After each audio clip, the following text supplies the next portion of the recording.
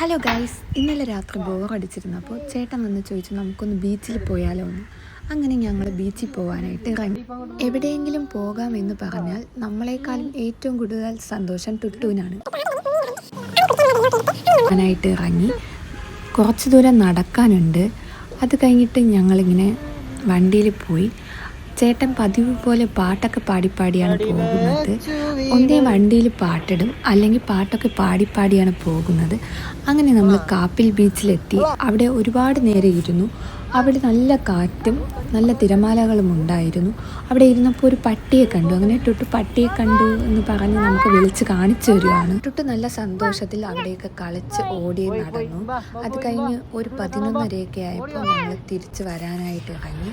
വന്നപ്പോൾ ചേട്ടൻ കടയിൽ കയറി ബ്രെഡും ജാമും വാങ്ങിയിട്ടുണ്ടായിരുന്നു. നമ്മൾ ആദ്യമായിട്ടാണ് ഈ വലിയ പാക്കറ്റ് ജാമ് വാങ്ങുന്നത്. ചേട്ടൻ തന്നെ ബ്രെഡിൽ ജാമൊക്കെ തേച്ച് ആദ്യം ടുട്ടുവിന് തന്നെ കൊടുക്കുന്നുണ്ട്. ടുട്ടു ആദ്യമായിട്ടാണ് ബ്രെഡും ജാമും കഴിക്കുന്നത്. അവന് നല്ല ഇഷ്ടപ്പെട്ടു. കൊള്ളാം എന്നൊക്കെ പറയുന്നുണ്ടായിരുന്നു. അങ്ങനെ ചേട്ടനും ബ്രെഡും ജാമും ഒക്കെ കൊടുത്തു.